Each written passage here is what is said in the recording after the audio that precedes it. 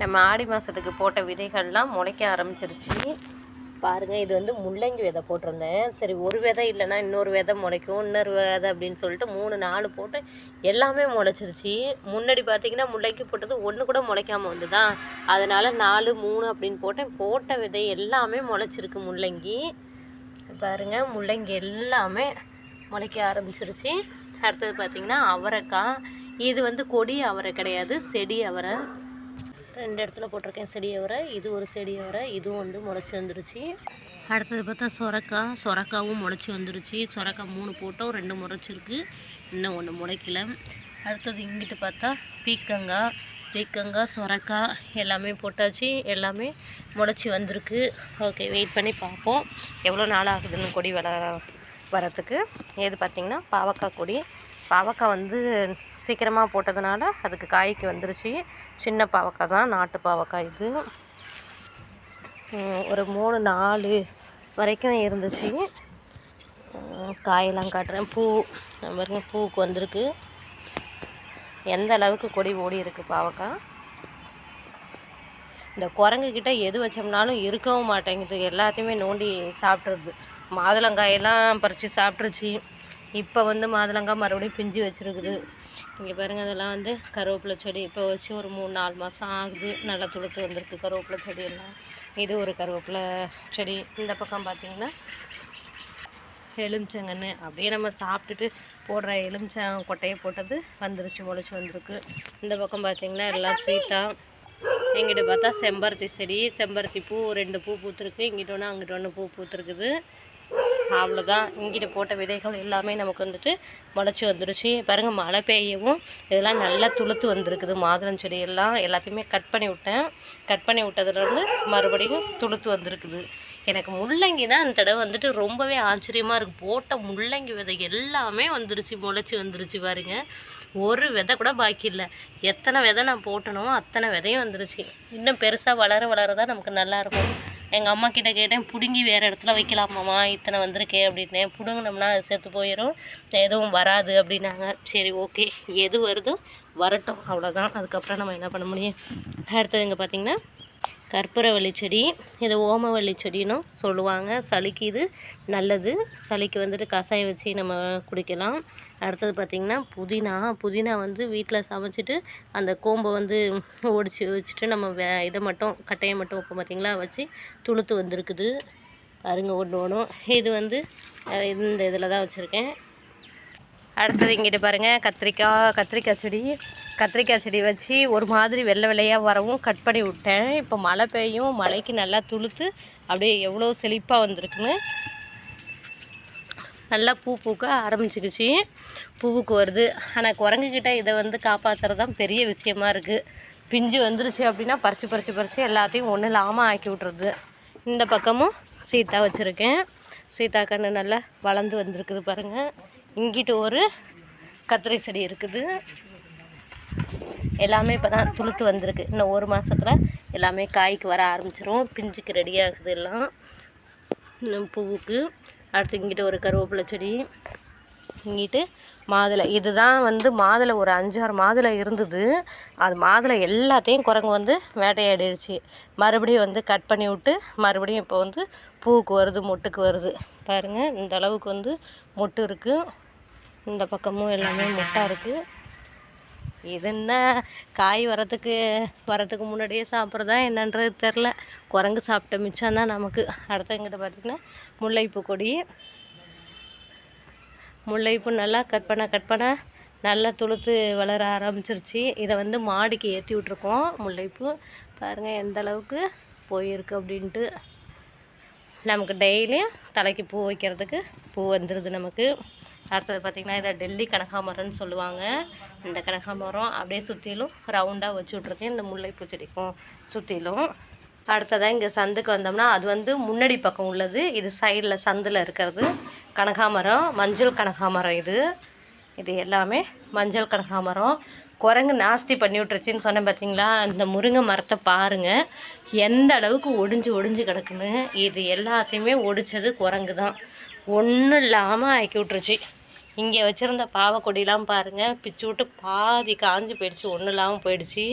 ஆனால் பாவக்காயெல்லாம் சாப்பிடாது கசக்கிறதுனால, எல்லாத்தையும் பிச்சு பிச்சு ஒன்றும் இல்லாமல் ஆக்கி விட்ரும். இது வந்து சிகப்பு கனகாமரம், அது வந்து மஞ்சள் கனகாமரம், இது வந்து சிகப்பு கனகாமரம். இங்கே ஒரு கருவேப்பிலை செடி இருக்குது. இது வந்து டெல்லி கனகாமரம். இது விதைப்பட்டு எல்லா இடமுமே இது வந்துடும், இந்த கனகாமரம் செடி பட்டும். ஆனால் இது எவ்வளோ தான் விதை வந்து விழுந்தாலும் வரமாட்டேங்குது, பதியம் போட்டோம்னா மட்டும்தான் வருது. இது இப்போ தான் அப்படியே இதிலேருந்து துளுத்து வந்திருக்குது. அடுத்து இது ஒரு விதை, இது என்ன விதை போட்டேன்னு தெரில. எல்லா விதையும் பீக்கங்காய், சுரக்காய், அவரைக்காய், வெண்டிக்காய் அப்படின்னு போட்டிருக்கேன். இது வந்து என்ன விதைன்றது தெரில, சுரக்காயா இல்லை பீக்கங்காயான்னு தெரில. போட்ட விதை 3மே முளைச்சி வந்திருக்கு. அது கொடி வளர்ந்து பூ வைக்கும்போது தான் நமக்கு தெரியும், ஏன்னா நிறைய விதை போட்டதுனால தெரியலை. அடுத்து இந்த பக்கம் வந்திங்கன்னா மல்லிகைப்பூ தோட்டங்கள், எல்லாமே மல்லிகைப்பூ செடி தான். எல்லாமே கொத்து கொத்தாக பூ, அவ்வளோ பூ பூத்துது. இப்போ பூ பூத்து ஓஞ்சிடுச்சு.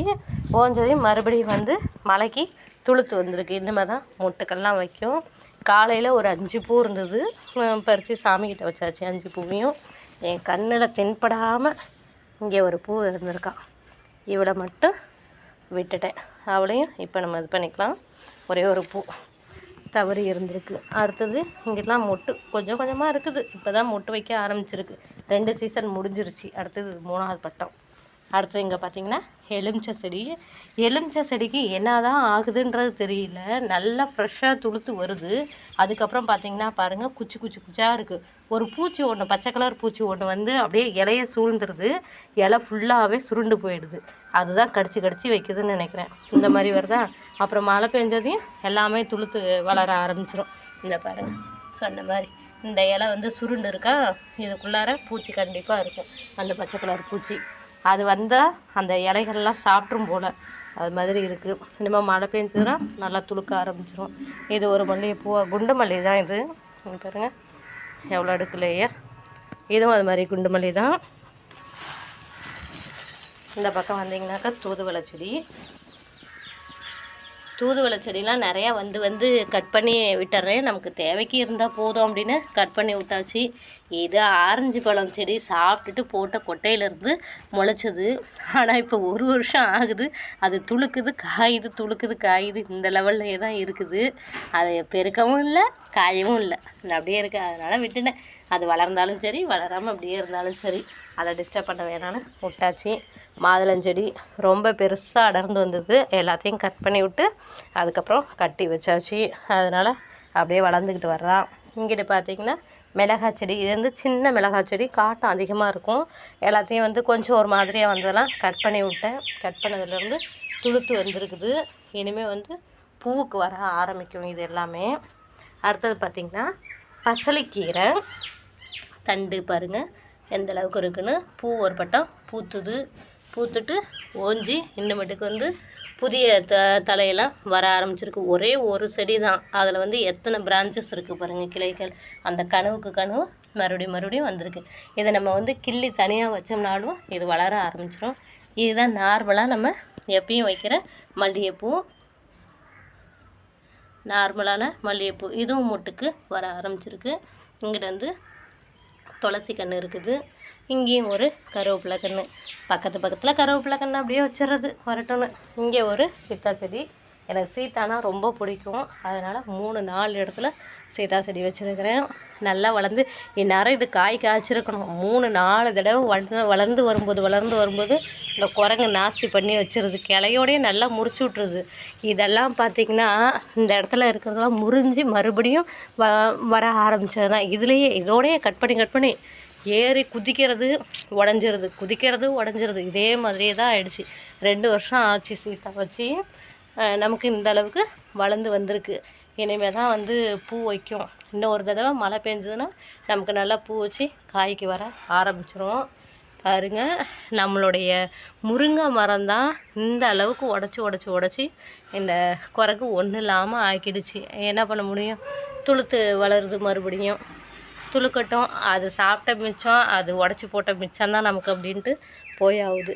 இங்கே பக்கத்தில் பாருங்கள், பக்கத்து வீட்டு முருங்கை மரத்தை பாருங்கள். என் மரமாவது அதுக்கு பரவாயில்லன்னு தோணுது. அவங்களோடது துளுத்து வந்தது அப்படியே ஒன்றும் இல்லாமல் உடச்சி ஒன்றும் இல்லாமல் பண்ணிடுச்சு. எப்படி கிடக்குதுன்னு பாருங்கள் முருங்கை மரம். அநியாயம் அக்கிரமி பண்ணுது. இந்த பக்கம் ஃபுல்லாக அப்படியே குரூப்பாக வருது, மந்தியாக வருது. அதுக்கிட்டேருந்து காப்பாற்றுறது ரொம்பவே கஷ்டமாக இருக்குது. இப்போ தான் துளுத்து வரதில் அப்படியே பிஞ்சுக்கு வருதாட்ருக்கு. இந்த இடத்துல ஒன்றே ஒன்று தெரியுது, ஒன்றே ஒன்று. இனிமேல் தான் பூவுக்கு வரும்.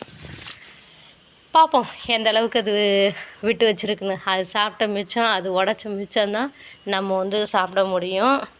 ஓகே, உங்களுக்கு என்னோடய தோட்டம் பிடிச்சிருக்கா அப்படின்ட்டு சொல்லுங்கள். இந்த வீடியோ பார்த்தவங்களுக்கு எல்லாத்துக்குமே நன்றி, தேங்க்யூ. மீண்டும் நாளைக்கு ஒரு வீடியோவோட சந்திக்கிறேன். ஓகே, பாய்.